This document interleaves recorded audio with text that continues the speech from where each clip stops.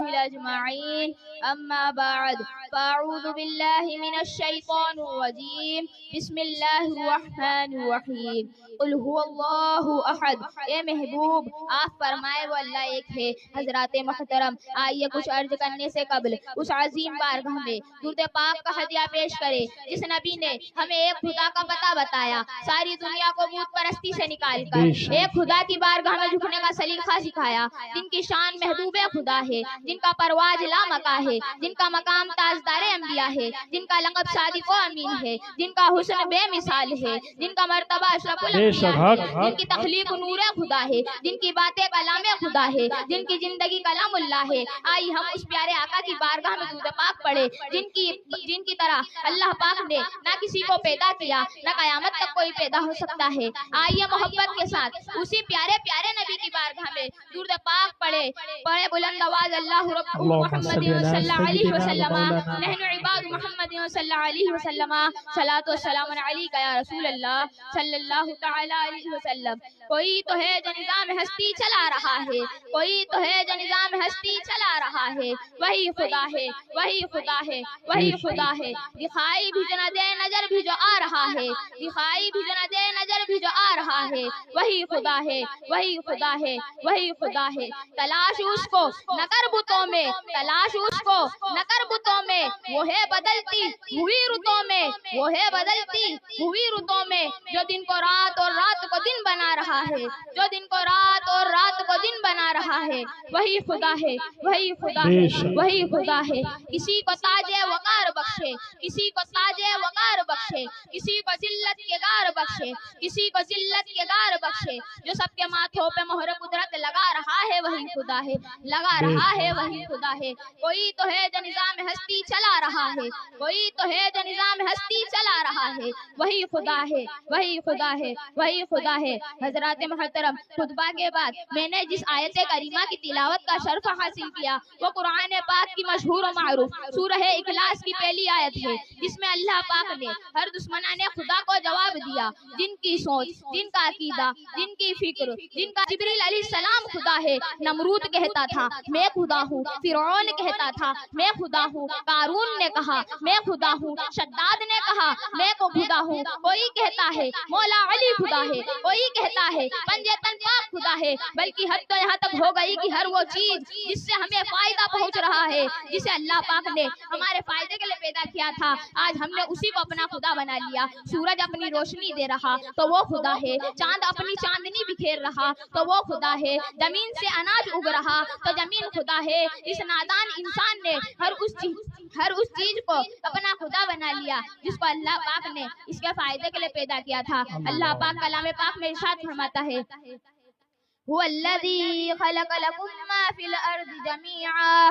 وہی ہے جس نے تمہارے لیے زمین کی تمام چیزیں پیدا کی. حضرات محترم اللہ پاک کلام پاک میں ارشاد فرماتا ہے لقد خلقنا الانسان فی احسن تقویم, بے شک اللہ پاک نے انسان کو سب سے اچھی صورت میں پیدا فرمایا ہے. یعنی اللہ کی تمام مخلوق میں اگر کوئی سب سے اچھا, سب سے بہتر, سب سے حسین, سب سے اشرف ہے تو وہ انسان ہے, چاہے فرشتے ہو, جنات ہو, حیوانات ہو, جمادات ہو, نباتات ہو, ہر مخلوق سے بہتر اللہ پاک نے انسان کو پیدا فرمایا ہے. اسی لیے انسان کو اشرف المخلوقات کہتے ہیں. لیکن افسوس جس مخلوق کو اعلیٰ بنایا وہ ادنا کے سامنے جھک رہی ہے, جسے بہتر بنایا وہ کمتر کے سامنے سجدہ کر رہی ہے, جسے حسین بنایا وہ بدصورت کو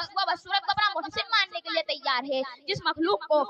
اللہ پاک نے انسان کا تابع دار بنایا, انسان اسی کی اتباع پیروی اور پرستش کر رہا ہے. جس انسان کو اللہ پاک نے عقل مند پیدا کیا وہ جانوروں کو اپنا معبود ماننے کے لیے تیار ہے. جس انسان کو اللہ پاک نے آسمانوں میں اڑنے کی صلاحیت عطا کی وہ بھوتوں کے پیروں میں پڑا ہے. جس انسان نے مثال جہاز سمندر پر چلا دیے آج وہ انسان اسی جل کو ارپا کر رہا ہے.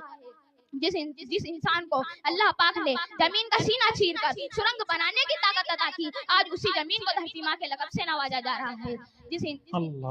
جس انسان نے اونچے اونچے پہاڑوں کو زمین دوست کر دیا آج اسی کو اپنا دیوتا ماننے کے لیے تیار ہے. حضرات اللہ پاک نے اسی انسان کو ایسا دماغ عطا کیا جس کے ذریعے سے, جس کی صلاحیت سے یہ ہوا میں اڑنا سیکھ گیا, زمین کی تہہ میں سفر کرنے لگا,